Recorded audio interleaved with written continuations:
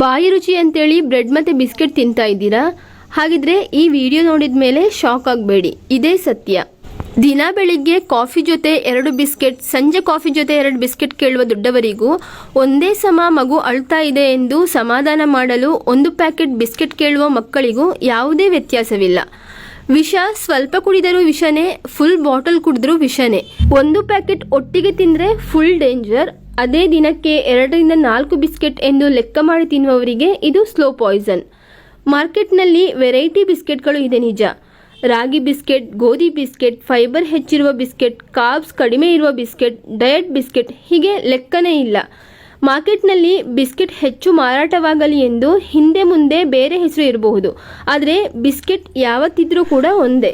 ಹಾಗಿದ್ರೆ ಈ ಬಿಸ್ಕೆಟ್ನಲ್ಲಿ ಏನಿರ್ತದೆ? ಅಮ್ಮ ಹೊಟ್ಟೆ ಹಸಿವಾಗ್ತಾ ಇದೆ ಎಂದು ಮಕ್ಕಳು ಬಂದರೆ ಅವರಿಗೆ 2 ಬಿಸ್ಕೆಟನ್ನು ಕೊಟ್ಟು ಕಳಿಸ್ತಾರೆ.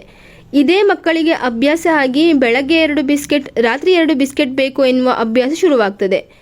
ಚಾಕ್ಲೇಟ್ ಕೆಟ್ಟದು ಅಂತೇಳಿ ಎಲ್ಲರಿಗೂ ಗೊತ್ತಿದೆ, ಆದರೆ ಬಿಸ್ಕೆಟ್ ಮಾಡಿರುವುದು ಅದಕ್ಕಿಂತ ಡೇಂಜರ್ ಆಗಿರುವ 3 ಪದಾರ್ಥಗಳಲ್ಲಿ. ಅದು ಮೈದಾ, ಸಕ್ಕರೆ ಮತ್ತು ಪಾಮ್ ಎಣ್ಣೆ. ಯಾವುದೇ ಟಾಪ್ ಕಂಪನಿ ಬಿಸ್ಕೆಟ್ ಮಾಡಿದ್ರೂ ಈ 3 ಪದಾರ್ಥಗಳನ್ನು ಬಿಟ್ಟು ಮಾಡುವುದಿಲ್ಲ. ಸುಮಾರು 30 ರಿಂದ 40 ಗ್ರಾಂ ಸಕ್ಕರೆ 1 ಪ್ಯಾಕೆಟ್ ಬಿಸ್ಕೆಟ್ನಲ್ಲಿ ಸಿಗ್ತದೆ. ಈಗಂತೂ ಮಾರುಕಟ್ಟೆಯಲ್ಲಿ ಹೆಲ್ದಿ ಬಿಸ್ಕೆಟ್ ಅಂತ ಮಾಡಿದ್ದಾರೆ. ಅದರಲ್ಲಿ ಸಣ್ಣ ಪರ್ಸೆಂಟ್ ಅಷ್ಟೇ ಫೈಬರ್ ಇರ್ತದೆ. ಬಿಸ್ಕೆಟ್ ಯಾವತ್ತಿದ್ರೂ ಕೂಡ ಸ್ಲೋ ಪಾಯ್ಸನ್. ಹಾಗಾಗಿ ಯಾವ ಬಿಸ್ಕೆಟ್ಗಳನ್ನು ಕೂಡ ಬಳಸಬೇಡಿ. ರಾಗಿ ಬಿಸ್ಕೆಟ್ನಲ್ಲೂ ಅಷ್ಟೇ, ಮೇಲೆ ಸುಮ್ಮನೆ ರಾಗಿ ಹಾಕಿರ್ತಾರೆ, ಆದರೆ ಅದರಲ್ಲಿ ಹೆಚ್ಚಿನ ಪ್ರಮಾಣ ಇರುವುದು ಮೈದಾ ಇಲ್ಲದೆ ಯಾವತ್ತೂ ಬಿಸ್ಕೆಟ್ ಮಾಡಲು ಆಗುವುದಿಲ್ಲ. ಇನ್ನು ಬಿಸ್ಕೆಟ್ ತಯಾರಿಕೆಯಲ್ಲಿ ಉಪ್ಪು ಮತ್ತು ಹಾಲಿನ ಮಿಶ್ರಣ ಇರ್ತದೆ. ಆಯುರ್ವೇದದ ಪ್ರಕಾರ ಇದು ವಿರುದ್ಧ ಆಹಾರ. ಅಲ್ಲದೆ ಕೆಲವು ಬಿಸ್ಕೆಟ್ಗಳು ಹೆಚ್ಚು ಉಪ್ಪಿನಿಂದ ಕೂಡಿರ್ತದೆ. ಇಂತಹ ಆಹಾರವನ್ನು ತಿನ್ನೋದ್ರಿಂದ ಸಣ್ಣ ವಯಸ್ಸಿನಲ್ಲಿಯೇ ರಕ್ತದೊತ್ತಡದಂತಹ ಸಮಸ್ಯೆ ಕಾಡಬಹುದು. ಹೀಗಾಗಿ ಮಕ್ಕಳಿಗೆ ಬಿಸ್ಕೆಟ್ ಕೊಡುವುದು ಒಳ್ಳೆಯದಲ್ಲ. ಇನ್ನು ಬಿಸ್ಕೆಟ್ ತಯಾರಿಕೆಯಲ್ಲಿ ಸಾಮಾನ್ಯವಾಗಿ ಬೇಕಿಂಗ್ ಪೌಡರ್ ಬಳಸ್ತಾರೆ. ಪ್ರತಿನಿತ್ಯ ಇದನ್ನು ಸೇವನೆ ಮಾಡೋದ್ರಿಂದ ಹೊಟ್ಟೆಯ ಸಮಸ್ಯೆಗಳು ಎದುರಾಗ್ತವೆ. ಅಲ್ಲದೆ ಕರುಳಿನ ಆರೋಗ್ಯಕ್ಕೂ ಕೂಡ ಇದು ಒಳ್ಳೆಯದಲ್ಲ. ಇನ್ನು ಹೆಚ್ಚು ಬಿಸ್ಕೆಟ್ ತಿನ್ನೋದ್ರಿಂದ ಬೇಕಿಂಗ್ ಪೌಡರ್ನ ಪರಿಣಾಮವಾಗಿ ಬೇದಿ, ಹೊಟ್ಟೆಯ ನೋವಿನಂತಹ ಅನಾರೋಗ್ಯ ಕಾಡಬಹುದು.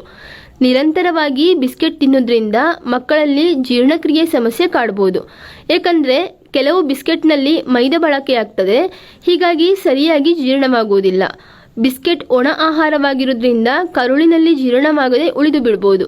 ಇದರಿಂದ ಹೊಟ್ಟೆ ನೋವು, ಮಲಬದ್ಧತೆ ಸಮಸ್ಯೆ ಕಾಡ್ತದೆ. ಅನೇಕ ಮಕ್ಕಳಲ್ಲಿ ಮಲವಿಸರ್ಜನೆ ಸರಿಯಾಗಿ ಆಗದೇ ಇರುವುದಕ್ಕೆ ಪದೇ ಪದೇ ಬಿಸ್ಕೆಟ್ ತಿನ್ನುವುದೇ ಆಗಿರ್ತದೆ. ಇದರಿಂದ ಹೊಟ್ಟೆ ಉಬ್ಬರ, ಗ್ಯಾಸ್ಟ್ರಿಕ್ನಂತಹ ಸಮಸ್ಯೆಗಳು ಕಾಡಬಹುದು. ಹೀಗಾಗಿ ಬಿಸ್ಕೆಟ್ನಿಂದ ಮಕ್ಕಳನ್ನು ಆದಷ್ಟು ದೂರವಿಡುವುದು ಒಳ್ಳೆಯದು.